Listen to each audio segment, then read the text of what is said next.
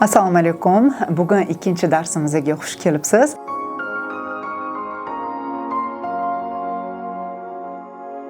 Va bugun biz sizlar bilan o'ziga bo'lgan ishonch haqida gaplashamiz.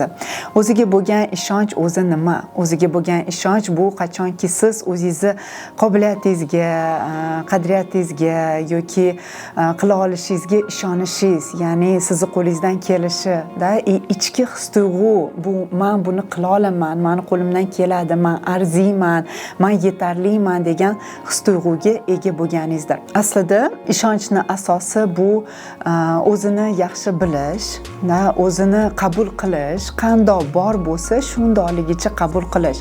Chunki aksariyat hollarda insonlar nima qiladi? Masalan, agarda kimdir bizani yomonlasa yoki sen unaqasan, sen bunaqasan deb tanqid qiladigan bo'lsa, biz ba'zida o'shanga ishonib qolamiz va bizani o'sha o'zimizga bo'lgan ishonchimiz juda ham qattiq pastga tushib ketadi. Va shunda siz o'zingiz bilishingiz ichingizda qanchalik siz qanaqa inson ekanligingizni, o'ziga bo'lgan ishonch qayerdan paydo bo'ladi yoki o'sha ishonmaslik qayerdan paydo bo'ladi. Buni hammasi ildizi bolalikdan kelib chiqadi. Ya'ni agarda meni yoshligimdan, bolaligimdan sen zo'rsan, молодец, sen mana shu narsani qila olding deb har doim meni maqtab katta qilishgan bo'lsa, men o'ziga yarasha o'sha katta bo'lganimda o'sha hamma narsani qila olaman, meni qo'limdan keladi degan ishonch bilan katta bo'laman.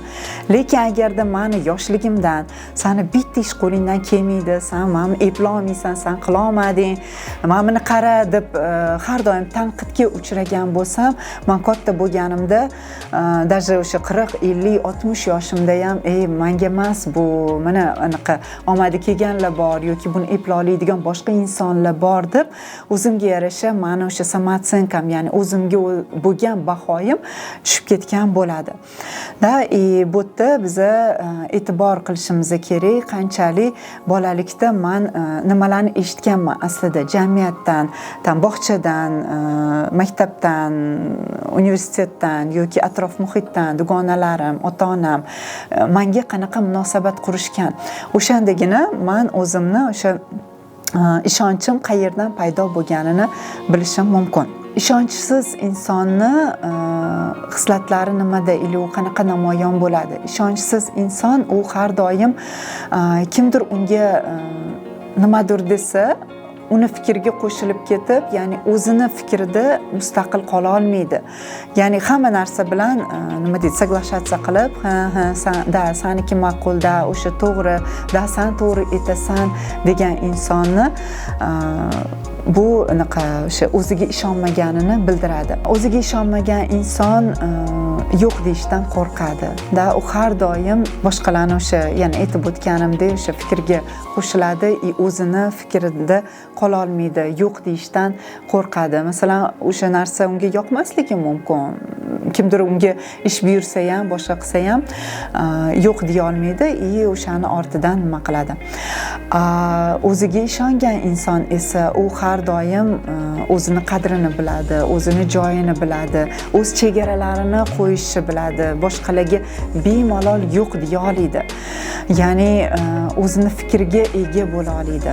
O'zini qarorlariga ishona oladi, o'zi qat'iyatdan qaror qabul qila oladi. Ya'ni men shunaqa qildim, nima ikkilanib qolmaydi-da. To есть juda ko'p eshitaman, даже кейslarimda men masalan kiyim oldim o'zimga, lekin uyga olib kelganimdan keyin magazinning o'zida menga rosa yoqdi, zo'r turdi, anaqa oynaga ham qarab qildim, menga rosa yoqdi, lekin o'zini uyiga kelganidan keyin yana o'sha kiyimni ko'rib oynaga qaragandan keyin уже o'z qarorida qola olmaydi. Bu degani u inson o'ziga nisbatan bo'lgan ishonchi juda ham past degani. Ya'ni u postoyan ikkilanishda bo'ladi. Nima o'ziga yarasha qanaqadir qarorlar tez qabul qila olmaydi. Natijada o'zidan o'zi qoniqmaydi. Eng muhim jihati o'zingizga ishonish yoki ishonmaslik, bu o'zingizdan o'zingiz qoniqishingiz yoki qoniqmasligingizga bog'liq. Agarda siz o'zingizga ishonsangiz, siz har doim o'zingizdan o'zingiz qoniqasiz. Siz o'zingizdan o'zingiz xursand bo'lasiz. Siz har doim nima deydi, o'zingizni yetarlicha his qilasiz. Chunki mana ko'pchilik insonlar bilan ishlaganimda men qanaqadir unaqa emasman, men qanaqadir yetarli emasman degan o'zi haqidagi xulosalarni eshitaman. Bu juda ham achinarli holat. Aslida siz hozir va shu yerda, hozirgi shu kungacha kelgan joyingizda siz aslida o'zi yetarlisiz. Sizda hozirgi kunda o'zingizga yarasha bilimlaringiz, tajribangiz, olgan natijalaringiz yetarlicha bo'lishi mumkin. Agarda siz haqiqatan yo'q, yetarli emas deb bilsangiz, sizda juda ham zo'r imkoniyatlar bor. Ya'ni o'qib, bilimlar olib, rivojlanish imkoniyatiga egasiz. Va bu joyda ham siz o'sha bilishingiz, qanchalik siz mana ongingiz bor, tafakkur qila olasiz, siz anglay olasiz, siz o'sha o'zingizga kerak bo'lgan bilimlarni vaqtida ola olasiz. Keling endi biz sizlar bilan mana shu o'ziga bo'lgan ishonchni oshirish usullarini ko'rib chiqsak. Avvalambor o'zingizni ichki his-tuyg'ularingizni tan oling. Siz hozir nima his qilyapsiz? Qo'rqyapsizmi? Agar qo'rqayotgan bo'lsangiz, "Da, men hozir qo'rqmayman." Prosta tan oling. Ikkilanyapsizmi? "Da, hozir ikkilanyapman." Buni ham shunchaki tan oling. O'zingizga ishonmayapsizmi? "Da, hozir o'zimga ishonmayapman." Bu his-tuyg'ularingizni tan olish siz uchun birinchi qadam qo'yganingizni alomati bo'ladi. Ikkinchidan, hech qachon o'zingizni boshqalar bilan solishtirmang, o'zingizni taqqoslamang. Siz qandoq bo'lsangiz, shunaqa siz unikalsiz. Ya'ni siz bu dunyoga xuddi shunaqa yaralgansiz. Agarda dunyoda 7 milliard inson bo'lsa, 7 milliard inson ichida siz o'zgachasiz, siz unikalsiz. Nega? Даже agarda xuddi sizdagi hozir 2 tomchi suvdek boshqa insonni olib kelib qo'ygan taqdirimda ham baribir tashqi muhitdan bir xil bo'lsanglar ham ichki holatingizda nimadir ajraladigan narsa topsa bo'ladi. Lekin agarda o'shani ham topa olmasak, bilasiz, har bir insonni o'z barmoq izi bor. Siz даже barmoq izingiz bilan unikalsiz. Shuning uchun hech qachon o'zingizni boshqalar bilan taqqoslamang. Keyingisi, o'zingizni har doim qo'llab-quvvatlang. Ichki bolaligingizni, har bir insonni ichida o'zini ichki bolaligi yashaydi. Erkaklarda kichkina bolacha, ayollarda kichkina qizcha. O'zingizni o'sha kichkina bolaligingizni, bolachangizni qo'llab-quvvatlang. Sen eng zo'risan, sen qila olasan, men senga ishonaman, men seni yoningdaman, men seni ko'ryapman, men seni eshityapman degan unga ishonch har kuni berib borsangiz, ichki bolaligingiz ham o'zi ham mana shu ishonch bilan katta bo'lib sizga tez orada natijalarni ko'rsatib beradi.